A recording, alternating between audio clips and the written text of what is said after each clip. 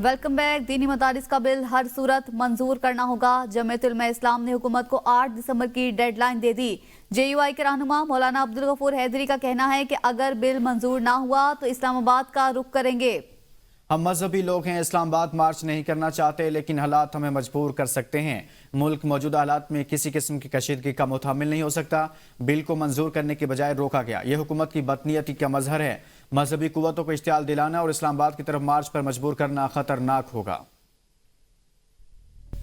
रहमान साहब ने ऐलान किया है कि अगर 8 दिसंबर तक बिल पर दस्तखत नहीं हुए तो हो सकता है कि हम इस्लामाबाद का रुख करें। तो ऐसे में जाहिर है कि फिर ये बिल सिर्फ जमीयत उलमा इस्लाम का नहीं है या विफाकुल मदारिस का नहीं है। मुल्क के अंदर जितने भी तंजीमात मदारिस हैं जो दीनी सियासी जमातें उनकी क़यादत भी कर रही हैं, उन सब की तरफ से है।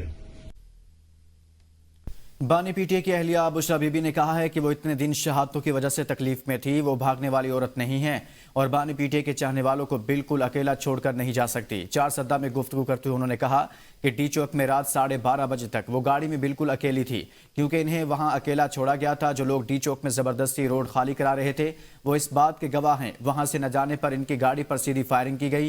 बुशरा बीबी ने एहतजाज के मुतासिन में 1 करोड़ रुपए के चेक भी तकसीम किए।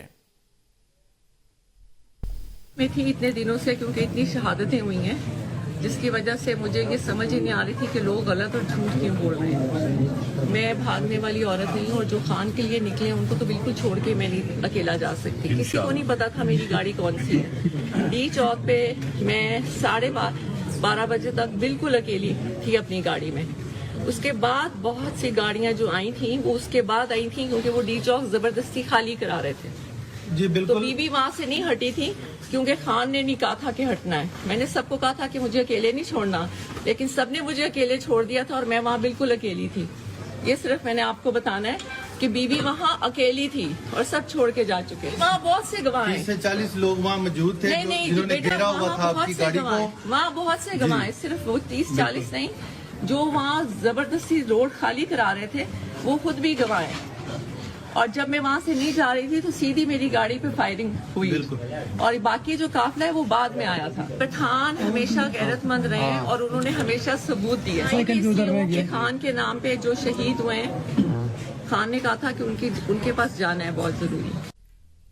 बानी PTI के हमशीरा अलीमा खान ने कहा है कि बानी ने 2 मुतालिबे रखे हैं। सुप्रीम कोर्ट के जजेस के नीचे JIT बनाई जाए। JIT 9 मई और 26 नवंबर सानेहात की तहकीकात करे। हमारे तमाम गिरफ्तार लोगों को रिहा किया जाए।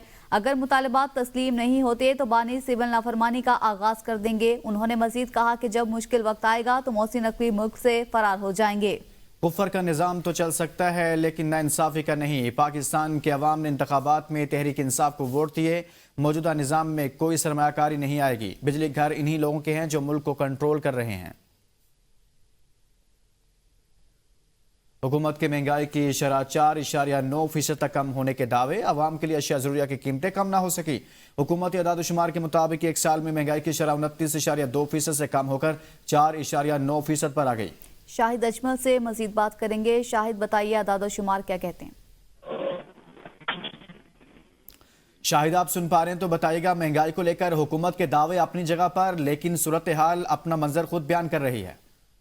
जी बिल्कुल, हुकूमत की जानिब से महंगाई की शरह जो है वो 4.9% तक कम होने के दावे किए जा रहे हैं, जबकि दूसरी तरफ आवाम के लिए अशिया जरूरिया की कीमतें कम नहीं हुई और एक साल में महंगाई की शरह 29.2% से कम होकर 4.9% होने के दावे किए जा रहे हैं। लेकिन महंगाई की शरह में 24% तक कमी होने के बावजूद एक साल में अशिया जरूरिया की कीमतें मजीद बढ़ चुकी हैं। नवंबर में महंगाई की शरह हुकूमत का कहना है कि 29.2% से कम होकर 4.9% पर आई है, लेकिन नवंबर के 2023 के मुकाबले में नवंबर 2024 में 38 अशिया जरूरिया की कीमतें जो है वो महंगी हुई हैं और एक साल के दौरान 12 अशिया की कीमतों में मामूली कमी हुई है। अगले एक साल के दौरान गैस की कीमत जो है वो दुगनी हो गई है और एक साल इसी तरह जो है नवंबर में जो है ताज़ा दूध की कीमत में 11 रुपए 65 पैसे और दही की कीमत में जो है 15 रुपए फी किलो इजाफा हुआ है।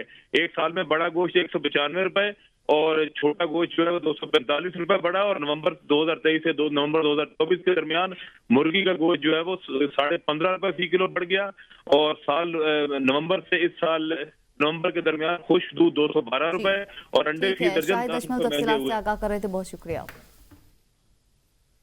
दूसरी जानिब खैबर पख्तूनख्वा में असम्बली में जामियात तरमीमी बिल 2024 को मंजूर कर लिया। खैबर पख्तूनख्वा जामियात तरमीमी बिल सूबाई वजीर हायर एजुकेशन मीना खान आफरीदी ने ऐवान में पेश किया। यूनिवर्सिटी एक्ट में जामियात के चांसलर के इख्तियारात गवर्नर से लेकर वज़ीर आला को तफवीज़ कर दिए गए। ग्रेड 19 के PMS अफसरान अब यूनिवर्सिटी रजिस्ट्रार के ओहदों पर तैनात हो सकेंगे। मजीद तफसीलात जानने के नुमाइंदा ABN न्यूज़ मोहम्मद फयाज से। फयाज बताइएगा, जामियात तरमीमी बिल 2024 मंजूर कर लिया गया, क्या है बिल में?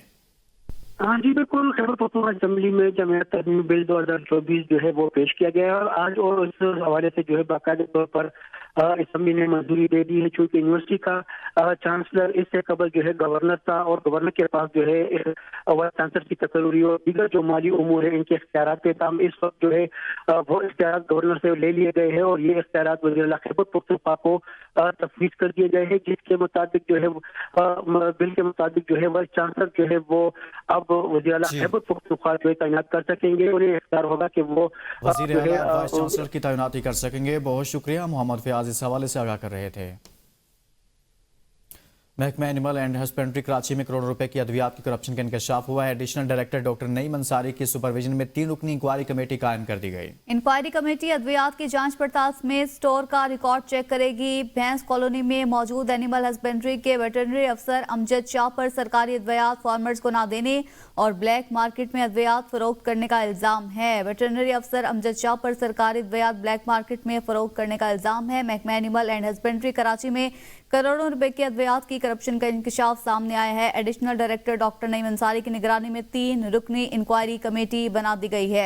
नबील मीरजत से मजीद बात करेंगे। नबील बताइए, क्या इंकशाफात सामने आए हैं? जी देखें, महकमा एनिमल एंड हस्बेंड्री कराची में करोड़ों रुपए की अद्वियात की करप्शन का इंकशाफ हुआ है। मुबीना करप्शन के इंकशाफ पर additional director doctor Naeem Ansari की सुपरविजन में 3 रुकनी कमेटी कायम।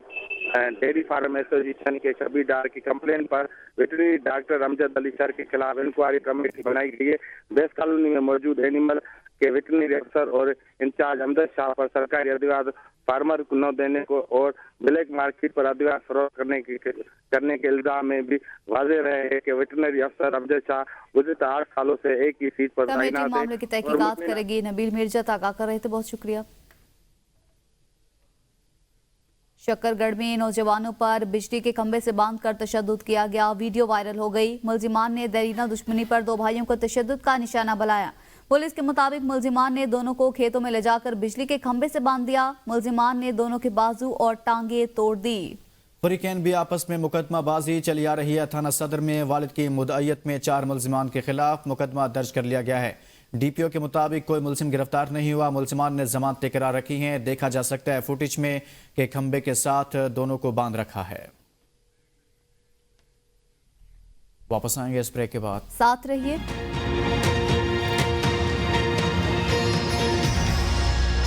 अहम खबर आपको दें, वज़ीर-ए-आज़म शहबाज शरीफ और फजलुर रहमान के दरमियान टेलीफोनिक रब्ता। फजलुर रहमान ने वज़ीर-ए-आज़म को मदारस रजिस्ट्रेशन पर तहफ़्फ़ुज़ात से आगाह किया।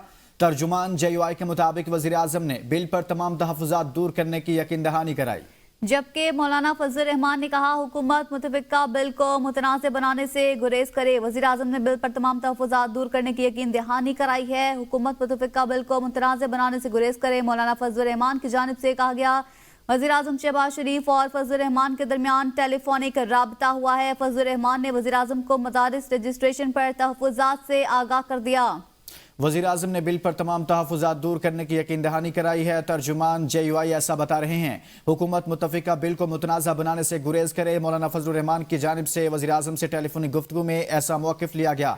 फजलुर रहमान ने वज़ीर-ए-आज़म को मदारिस रजिस्ट्रेशन पर तहफ़्फ़ुज़ात से आगाह किया। कैडेट कॉलेज सांगड़ की तारीख में 25 साल मुकम्मल होने पर 99 बैच की साबिक़ कैडेट्स ने अपने तालीमी मादरे इल्मी से सिल्वर जुबली का इनेकाद किया। कैडेट कॉलेज सांगड़ के कमांडेंट और principal commodore Zeeshan Ali SM, adjutant lieutenant commander Shoaib Goraya और पीएन और दीगर असातिज़ा ने पाकिस्तान के मुख्तलिफ शहरों से आने वाले वाइटल्स की 99 बैच के साबी कैडेट्स का पुरतपाक इस्तकबाल किया। Principal commandant cadet college Sanghar commodore Zeeshan Ali SIM से एक तफसीली मुलाकात में कॉलेज और कैडेट्स की बेहतरी के हवाले से साबिका तलबा से तबादला ख्याल किया। बैच की जानिब से प्रिंसिपल को एक यादगार शील्ड भी पेश की गई। अब तक के लिए इतना ही। कुछ ही देर में वापस आएंगे हेडलाइंस के साथ। देखते रहिए ABN न्यूज़। वापस आएंगे इस ब्रेक के बाद। साथ रहिए।